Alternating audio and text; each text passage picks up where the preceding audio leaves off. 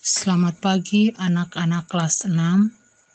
Jumpa lagi kami dalam channel pembelajaran kita Marmet 2020. Apa kabar kalian hari ini? Anak-anak, Ibu harap kalian senantiasa sehat dan kalian senantiasa semangat walaupun kalian tetap belajar di rumah.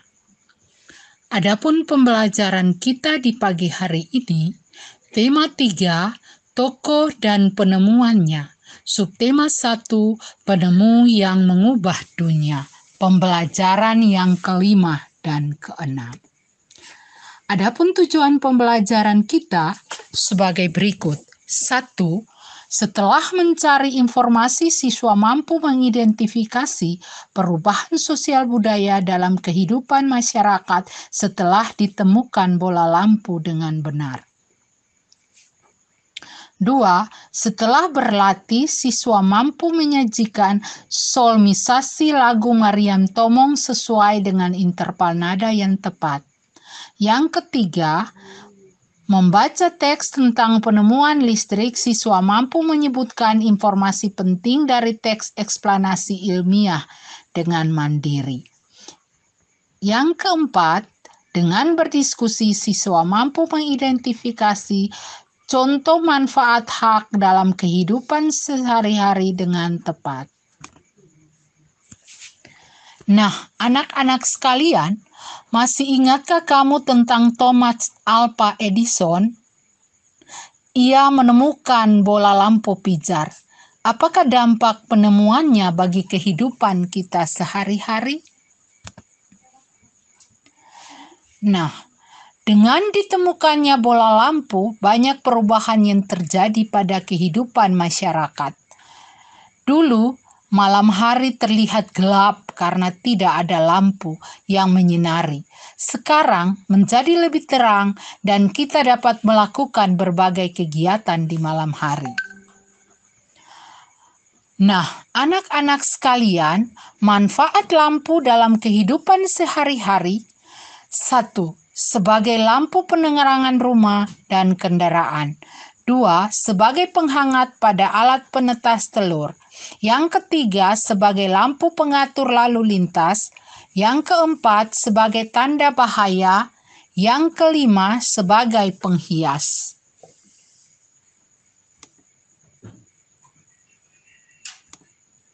Nah, anak-anak sekalian, bagaimanakah kehidupan masyarakat sebelum ada lampu dan sesudah ada bola lampu?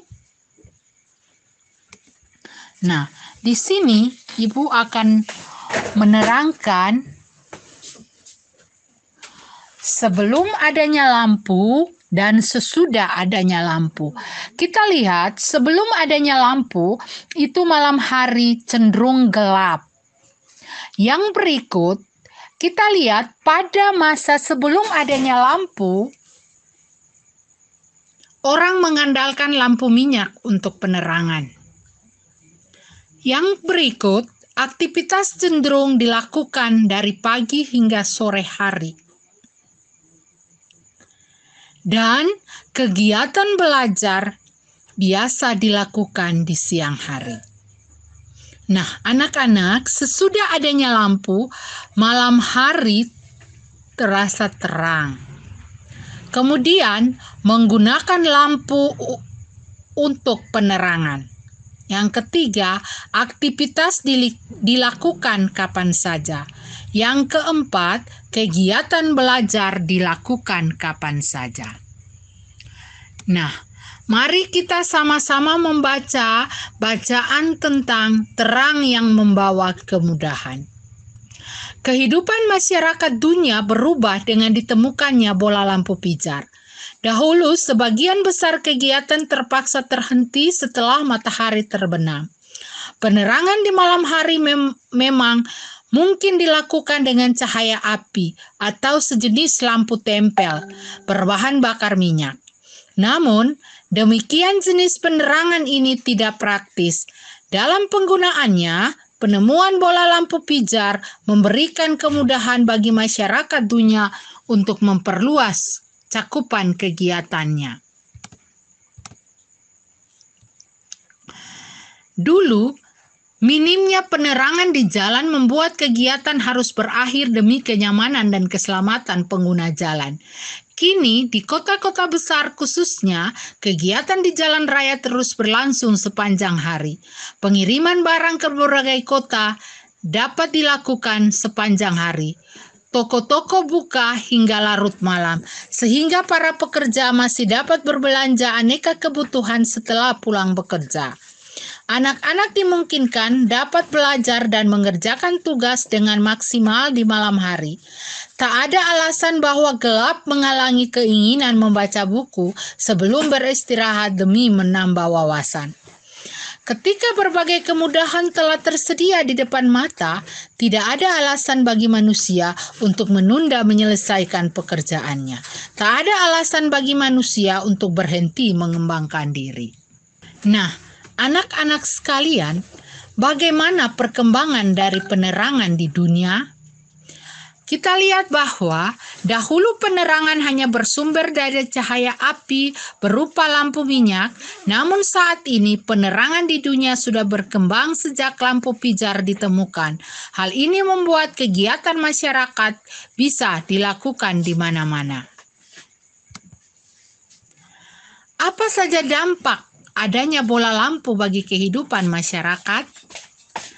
Kita lihat bahwa dampaknya itu segala kegiatan manusia dapat dilakukan kapan saja meski pada malam hari, seperti mengemudi kendaraan, berbelanja ke toko, belajar, dan sebagainya. Sekarang amatilah lingkungan sekitarmu. Temukan sebanyak mungkin pengaruh bola lampu bagi kehidupan masyarakat di tempat tinggalmu.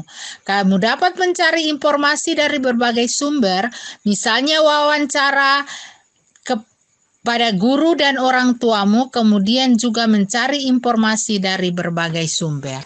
Kemudian, tuliskan dalam tabel berikut. Kita lihat bahwa pengaruh bola lampu bagi kehidupan masyarakat diantaranya: 1. Dapat menerangi rumah ketika malam hari. 2. Membantu pengendara ketika berkendaraan di malam hari. 3. Sebagai penghangat pada alat penetas telur. 4. Membantu kegiatan belajar di malam hari. Yang 5. Sebagai rambu pengatur lalu lintas. Yang 6. Mendukung kegiatan memasak di malam hari. Nah, anak-anak sekalian, selain bola lampu, banyak sekali penemuan yang membawa perubahan bagi kehidupan masyarakat. Bagaimana perubahan kehidupan masyarakat setelah ditemukan alat-alat berikut? Nah, kita lihat bahwa dahulu orang menggunakan setrika arang. Kemudian sekarang ini setelah ditemukan setrika listrik, kita lihat bahwa untuk menghaluskan baju lebih mudah. Kita lihat bahwa pada zaman dulu orang menggunakan arang, setrika arang. Setrika ini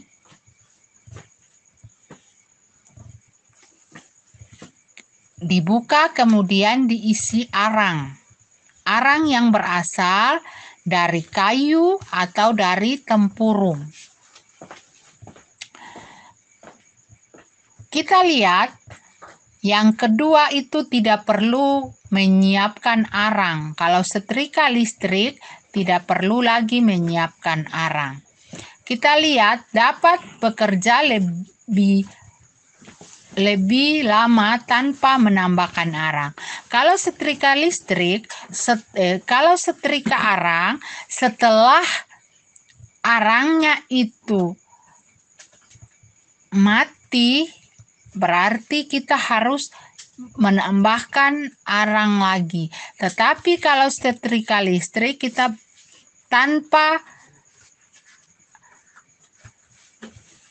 bekerja lebih lama, artinya tidak menggunakan seperti setrika arang, tetapi kita lanjut terus untuk menyetrika pakaian.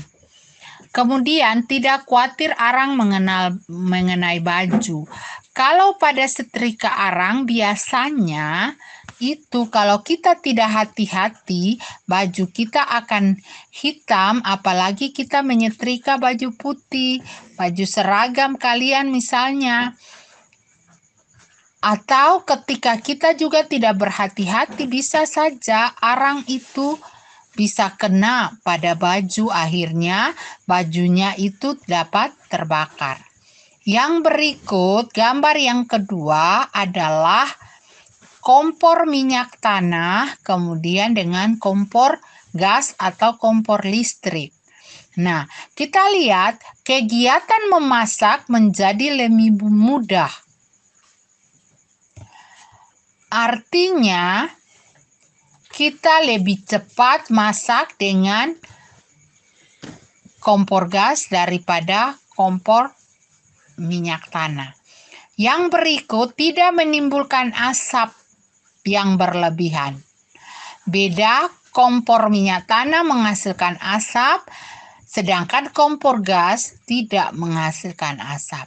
Dapat dinyalakan tanpa sumber lain. Kompor minyak tanah, kita mau menyalakan, kita harus menggunakan korek api.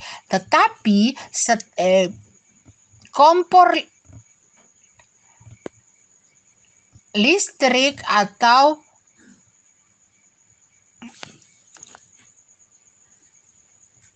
kompor ini kita menggunakan bahan bakarnya yaitu LPG. Dan langsung kita putar, langsung menyala kompor gas ini. Yang berikut,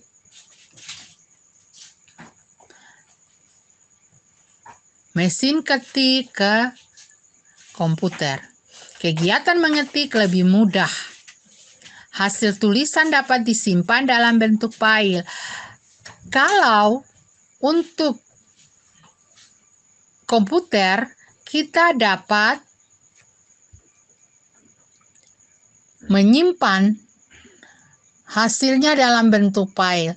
Tetapi pada mesin ketik, kita tidak bisa menyimpan dalam bentuk apapun. Kita ketik langsung. Dengan demikian, ketika kesalahan tulisan, itu sulit untuk kita hapus. Dengan demikian, ketika mesin ketik, kalau kita menulis salah, berarti kita harus mengganti kertas. Tetapi kalau dengan komputer, berarti kita mudah untuk menghapus. Misalnya ada delete, tombol delete, dan backspace. Itu bisa kita salah dalam penulisan, kita menggunakan itu untuk menghapus. Yang berikut, kalau untuk mesin ketik, itu dapat menimbulkan suara yang berlebihan. Sedangkan kalau untuk komputer, itu tidak menimbulkan suara yang berlebihan. Nah, anak-anak sekalian, sekarang nyanyikan solmisasi lagu Maryam Tomong dengan nada yang tepat. Nah, perhatikan, saya akan mengulangi lagi untuk kita menyanyi bersama lagu Maryam Tomong dengan solmisasinya. Sol, do, si, sol, la, si, la, sol, sol, la, si, la, sol, mi, fa, sol, fa, re, do, mi, re, mi, fa, si, re, do. Do, mi, re, mi, fa, si, re, do. Ulangi sekali lagi. Sol, do, si, sol, la, si, la, sol, sol, la, si, la, sol, sol, sol, mi, fa, sol, fa, re, do, mi, re, mi, fa, si, re, do. Do, mi, re, mi, fa, si, re, do. Selendang madi ginjang, kain panjang madi toru, fangeoni gonting ma songo deka mamangolu. O Maryam tomong dainang sinapan masin. O Maryam tomong dainang sinapan masin. Coba anak-anak sekalian bayangkan, seandainya Tuhan tidak memberikan karunia akal dan kecerdasan pada para penemu. Nah, sekarang kita akan berdiskusi untuk mengetahui penemu roda dan manfaat penemuannya tersebut dalam kehidupan warga dunia. Roda pengubah wajah dunia. Perhatikan semua benda di sekeliling kita. Adakah yang memiliki roda? Banyak sekali mesin, peralatan, alat transportasi, dan benda-benda buatan manusia menggunakan roda. Roda merupakan salah satu penemuan terbesar manusia yang membuat semua pekerjaan menjadi mudah. Awal, roda dibuat oleh ahli menggunakan mesin pemintal. Peninggalan roda paling tua berasal dari Mesopotamia yang digunakan untuk kendaraan di sekitar tahun 3000 sebelum Masehi. Kemudian muncul juga di Tiongkok, Arab, Eropa, dan belahan dunia lainnya. Perkembangan roda dimulai dari bentuk sederhana berupa balok kayu yang digulingkan, kemudian diubah menjadi potongan melintang balok kayu, roda bundar utuh dengan pasak di tengahnya hingga roda berjari-jari. Bagian tengah roda kemudian juga diganti besi sehingga roda menjadi semakin kuat. Seiring dengan perkembangan zaman, roda terus mengalami perbaikan. Charles Goodyear pada tahun 1839 berhasil menciptakan ban terbuat dari karet yang lebih tahan goncangan dan lebih kuat terhadap gesekan permukaan jalan. Pada tahun 1845, Thomson dan Dunlop kemudian menciptakan ban yang berisi udara. Pada perkembangannya saat ini, roda mempunyai banyak ukuran dan jenisnya. Ada yang terbuat dari besi, kayu, karet, dan gabungan dari berbagai jenis bahan yang disesuaikan dengan fungsinya. Berkat penemuan roda, menempuh jarak antara tempat di berbagai belahan dunia menjadi lebih mudah dan lebih cepat. Pengaruh roda sangat terasa terhadap perkembangan ekonomi masyarakat dunia karena pendistribusian barang-barang perdagangan menjadi lebih cepat dan mudah. Tanpa roda, tentunya kehidupan manusia akan sulit. Urutan peristiwa penemu roda.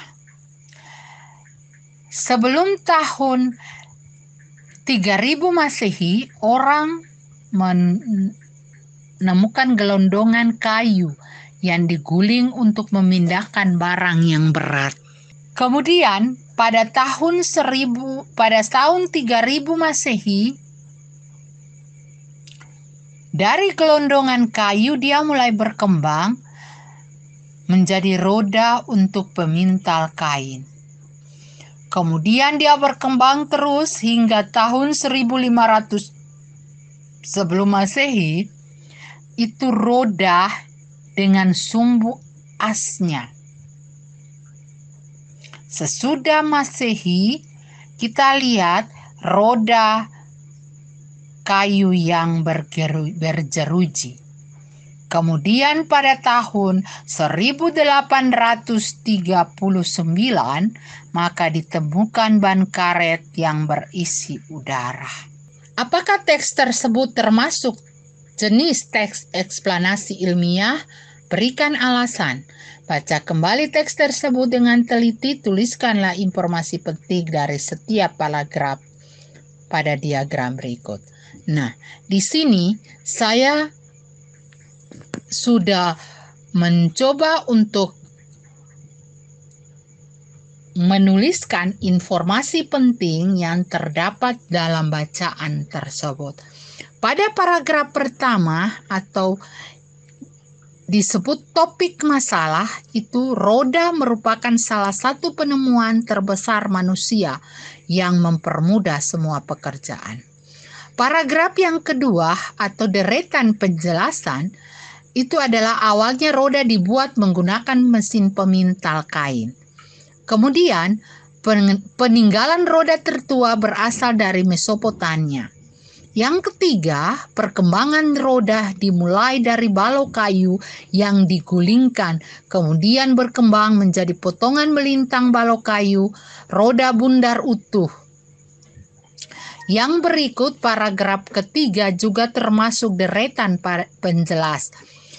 Tahun 1839, Charles Goodyear berhasil membuat ban karet yang tahan goncangan dan lebih kuat terhadap gesekan permukaan jalan.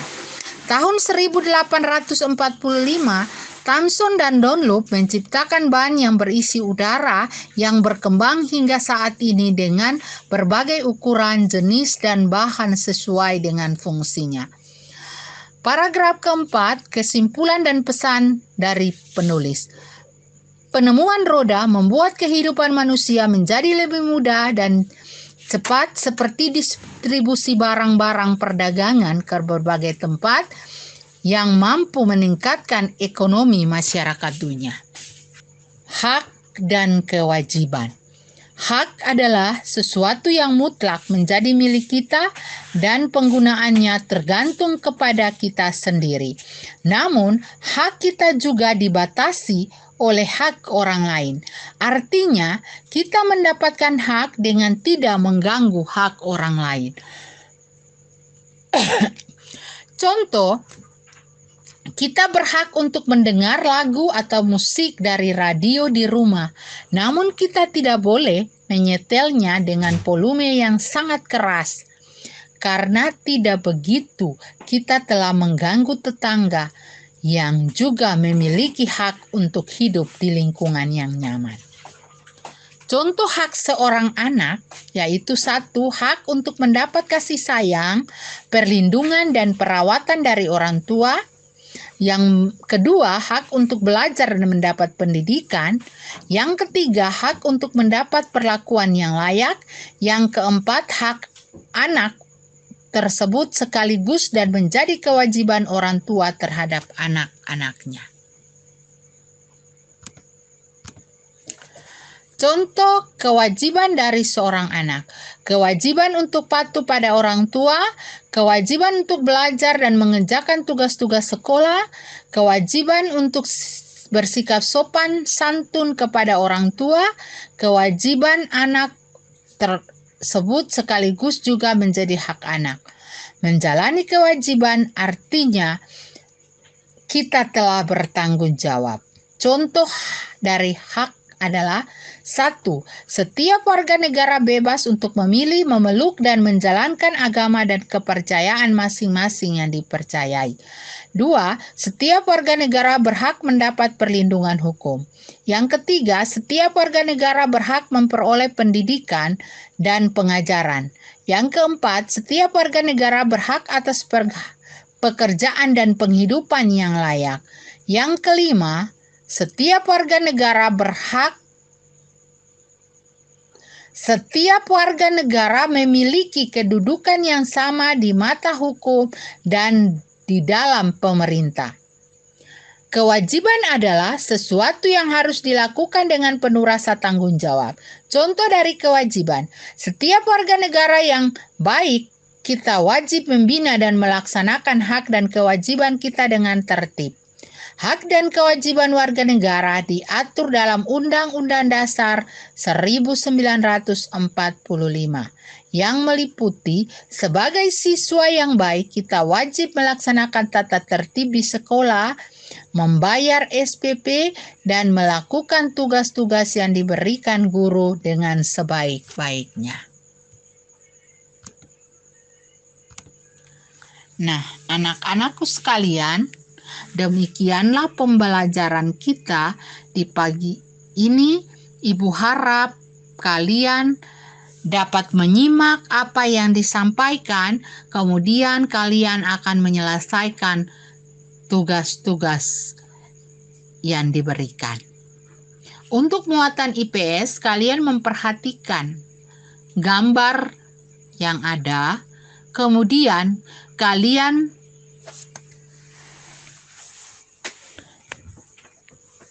menjawab pertanyaan yang ada. Untuk muatan SPDP, kalian diminta untuk menyanyikan solmisasi lagu Mariam Tomong secara berpasangan dalam arti 2 orang. Kemudian, mintalah bantuan kakakmu atau orang tuamu untuk membuat video sementara kalian menyanyi dengan HP-mu dan kirimlah ke nomor WA saya 0821 57 40 3812.